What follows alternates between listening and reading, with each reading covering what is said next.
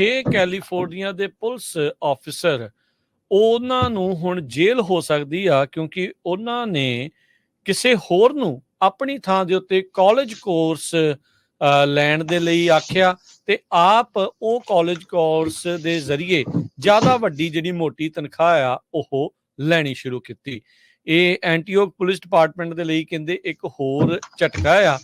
ਜਦ ਦੂਸਰਾ ਉਹਨਾਂ ਦਾ ਜਿਹੜਾ ਪੁਲਿਸ ਅਫਸਰ ਆ ਉਹ ਕਨਵਿਕਟ ਹੋਇਆ ਸੀ ਪਿਛਲੇ ਹਫਤੇ ਅਜਿਹੀ ਹੀ ਸਕੀਮ ਦੇ ਵਿੱਚ ਜਾਲਸਾਜੀ ਦੇ ਨਾਲ ਕਾਲਜ ਡਿਗਰੀ ਜਿਹੜੀ ਜ਼ਿਆਦਾ ਪੇ ਦੇ ਲਈ ਜਿਹੜੀ ਉਸਨੇ ਓਬਟੇਨ ਕੀਤੀ ਸੀ।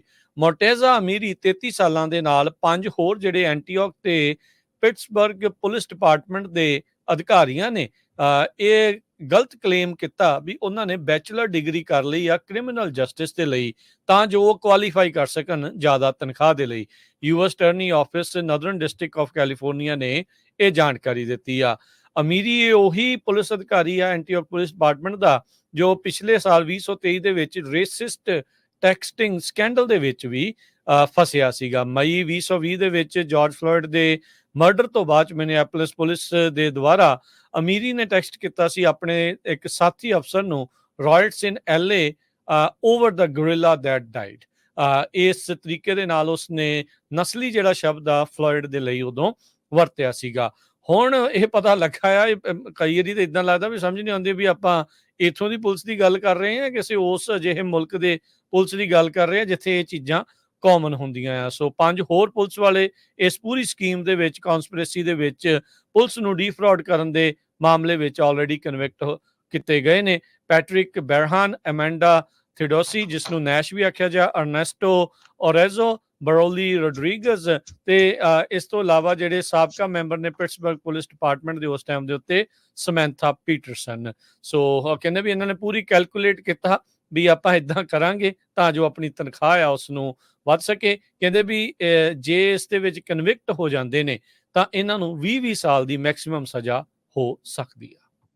6 ਕੈਲੀਫੋਰਨੀਆ ਦੇ ਪੁਲਿਸ ਆਫਿਸਰ ਉਹਨਾਂ ਨੂੰ ਹੁਣ ਜੇਲ੍ਹ ਹੋ ਸਕਦੀ ਆ ਕਿਉਂਕਿ ਉਹਨਾਂ ਨੇ ਕਿਸੇ ਹੋਰ ਨੂੰ ਆਪਣੀ ਥਾਂ ਦੇ ਉੱਤੇ ਕਾਲਜ ਕੋਰਸ ਲੈਣ ਦੇ ਲਈ ਆਖਿਆ ਤੇ ਆਪ ਉਹ ਕਾਲਜ ਕੋਰਸ ਦੇ ਜ਼ਰੀਏ ਜ਼ਿਆਦਾ ਵੱਡੀ ਜਿਹੜੀ ਮੋਟੀ ਤਨਖਾਹ ਆ ਉਹ ਲੈਣੀ ਸ਼ੁਰੂ ਕੀਤੀ।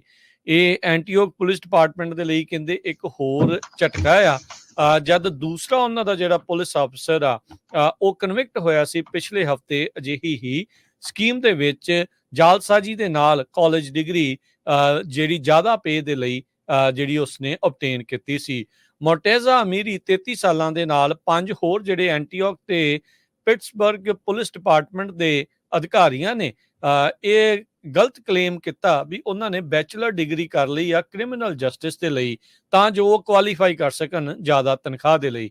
US attorney office northern district of California ਨੇ ਇਹ ਜਾਣਕਾਰੀ ਦਿੱਤੀ ਆ। ਅਮੀਰੀ ਉਹੀ ਪੁਲਿਸ ਅਧਿਕਾਰੀ ਆ ਐਂਟੀਓਕ ਪੁਲਿਸ ਡਿਪਾਰਟਮੈਂਟ ਦਾ ਜੋ ਪਿਛਲੇ ਸਾਲ 2023 ਦੇ ਵਿੱਚ ਰੇਸਿਸਟ ਟੈਕਸਟਿੰਗ ਸਕੈਂਡਲ ਦੇ ਵਿੱਚ ਵੀ ਫਸਿਆ ਸੀਗਾ। ਮਈ 2020 ਦੇ ਵਿੱਚ ਜਾਰਜ ਫਲੋਇਡ ਦੇ ਮਰਡਰ ਤੋਂ ਬਾਅਦ ਮਿਨੀਐਪੋਲਿਸ ਪੁਲਿਸ ਦੇ ਦੁਆਰਾ ਅਮੀਰੀ ਨੇ ਟੈਕਸਟ ਕੀਤਾ ਸੀ ਆਪਣੇ ਇੱਕ ਸਾਥੀ ਅਫਸਰ ਨੂੰ riots in LA over the gorilla that died. ਇਸ ਤਰੀਕੇ ਦੇ ਨਾਲ ਉਸਨੇ ਨਸਲੀ ਜਿਹੜਾ ਸ਼ਬਦ ਆ ਫਲੋਇਡ ਦੇ ਲਈ ਉਦੋਂ ਵਰਤਿਆ ਸੀਗਾ। ਹੁਣ ਇਹ ਪਤਾ ਲੱਗਾ ਆ ਕਈ ਵਾਰੀ ਤਾਂ ਇਦਾਂ ਲੱਗਦਾ ਵੀ ਸਮਝ ਨਹੀਂ ਆਉਂਦੀ ਵੀ ਆਪਾਂ ਇੱਥੋਂ ਦੀ ਪੁਲਿਸ ਦੀ ਗੱਲ ਕਰ ਰਹੇ ਹਾਂ ਕਿਸੇ ਉਸ ਅਜਿਹੇ ਮੁਲਕ ਦੇ ਪੁਲਿਸ ਦੀ ਗੱਲ ਕਰ ਰਹੇ ਹਾਂ ਜਿੱਥੇ ਇਹ ਚੀਜ਼ਾਂ ਕਾਮਨ ਹੁੰਦੀਆਂ ਆ। ਸੋ 5 ਹੋਰ ਪੁਲਿਸ ਵਾਲੇ ਇਸ ਪੂਰੀ ਸਕੀਮ ਦੇ ਵਿੱਚ ਕਨਸਪੀਰੇਸੀ ਦੇ ਵਿੱਚ ਪੁਲਿਸ ਨੂੰ ਡੀਫਰਾਡ ਕਰਨ ਦੇ ਮਾਮਲੇ ਵਿੱਚ ਆਲਰੇਡੀ ਕਨਵਿਕਟ ਕੀਤੇ ਗਏ ਨੇ। ਪੈਟਰਿਕ ਬੈਰਹਾਨ, ਐਮੈਂਡਾ ਥੀਡੋਸੀ ਜਿਸ ਨੂੰ ਨੈਸ਼ ਵੀ ਆਖਿਆ ਜਾ, ਅਰਨੈਸਟੋ ਓਰੇਜ਼ੋ, ਬਰੋਲੀ ਰੋਡਰੀਗਜ਼ ਤੇ ਇਸ ਤੋਂ ਇਲਾਵਾ ਜਿਹੜੇ ਸਾਬਕਾ ਮੈਂਬਰ ਨੇ ਪਿਟਸਬਰਗ ਪੁਲਿਸ ਡਿਪਾਰਟਮੈਂਟ ਦੇ ਉਸ ਟਾਈਮ ਦੇ ਉੱਤੇ ਸਮੈਂਥਾ ਪੀਟਰਸਨ।